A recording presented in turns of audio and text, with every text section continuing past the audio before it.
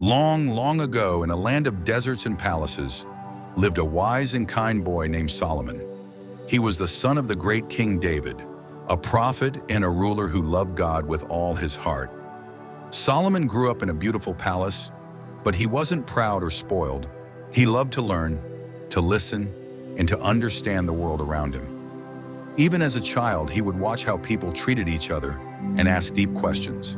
He wanted to know what was right and what was wrong. He wanted to be just and fair.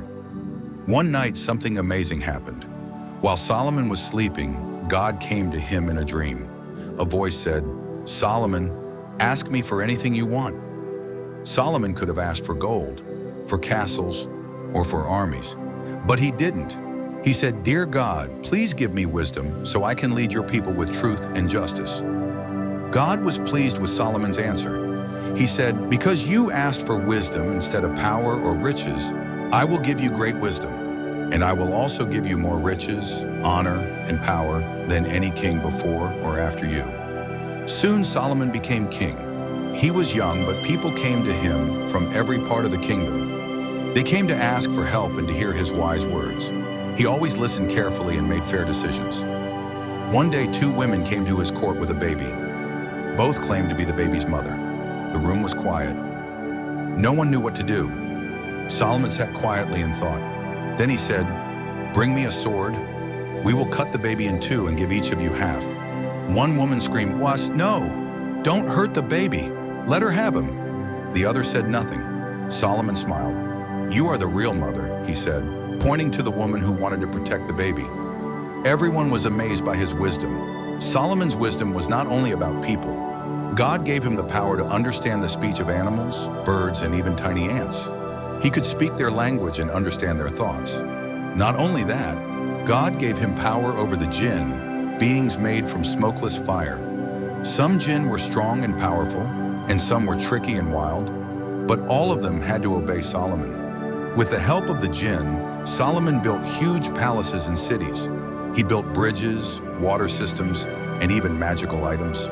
The Jinn worked with stones, gold, and glass, shaping things no human could build alone. Solomon was not only wise, he was powerful, but he never forgot to be kind, fair, and humble. Far away in a rich land across the desert lived a queen named Sheba. She heard about Solomon's wisdom and power. She wondered if the stories were true. So she gathered her camels, treasures, and servants and traveled all the way to meet him. When she arrived, she brought gifts of gold, jewels, and spices. She asked Solomon many hard questions, riddles, secrets of nature, mysteries of the stars. Solomon answered them all without trouble. The Queen of Sheba was amazed. She said, "Your wisdom is greater than I ever imagined. You are truly guided by God." Solomon also built something very special, a grand temple in Jerusalem. It was a holy place where people could worship and pray. The Jinn helped carry heavy stones and carve fine details into the walls. The temple was filled with beauty, light, and peace. Solomon ruled for many years. He judged fairly. He taught people to be kind and honest. He loved peace. And most of all, he reminded people to worship God and be grateful. But as time passed, Solomon grew old. One day he stood watching the workers build a new palace. He leaned on his wooden staff to rest. He stood very still. People thought he was watching silently, but he had passed away, standing up. No one knew he was dead, not even the Jinn. They kept working and working. Then a tiny creature, a worm, began to chew at the bottom of Solomon's staff. Slowly the staff broke, and his body fell to the ground. Only then did everyone realize that Solomon had passed away. The Jinn were shocked. They said, "If we had known the unseen, we would have stopped working long ago." This was a lesson to all.